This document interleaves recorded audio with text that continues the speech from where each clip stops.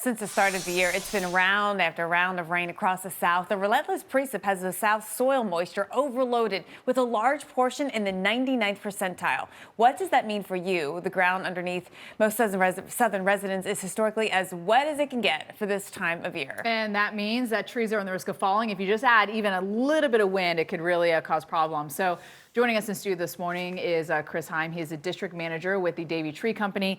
Thanks for being with us this morning. So you have to have something else besides just all this rain, right? Will all this rain just take down trees?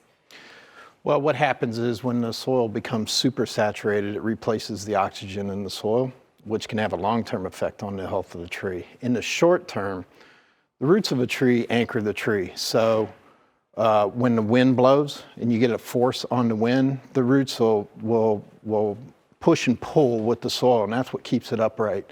When the soil becomes super saturated and soupy, like you walk across the lawn right now and it's just squishing. Yeah, it's like a waterbed. Instead of the roots having that friction with the soil, they slide, and that's what can contribute to a failure. What do we need to look for to assess what trees might go down if there was wind? Right now would be if you see buckling of the soil on a tree that's leaning on the opposite of the lean, or a depression on the lean side, that may be an indication that root plate is shifting. Okay, so that's something you want to look at. And you mentioned long term. I mean, I think water and just sitting there, I think mold. Do these trees actually mold, or what does it do to them? The water replaces the oxygen. The roots need oxygen to produce their function for the tree. Okay, so the tree becomes stressed, and you have all kinds of root rotting fungi and things that are opportunistic when a tree is under stress. And so you can begin to start getting decay in the roots, which can show up in the tree canopy.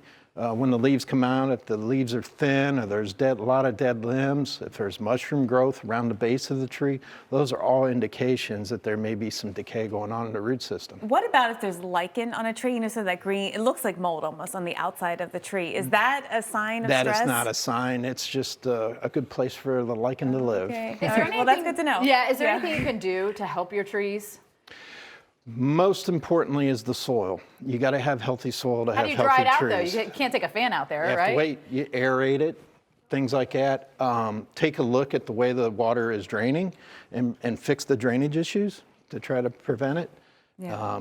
There are things you can do ahead of time. You mentioned long term. How long term? Is it this season? Is it next year that we might see signs of too much water damage? It really depends on the health of the tree and how it can react. If it's a healthy tree, it may not have a major issue, with the fact. It's like but a human, if it's a tree, right? It's exactly the same. All right, Chris Heim, thank you so much for joining us. Of course, the district manager at the Davey Tree Expert Company.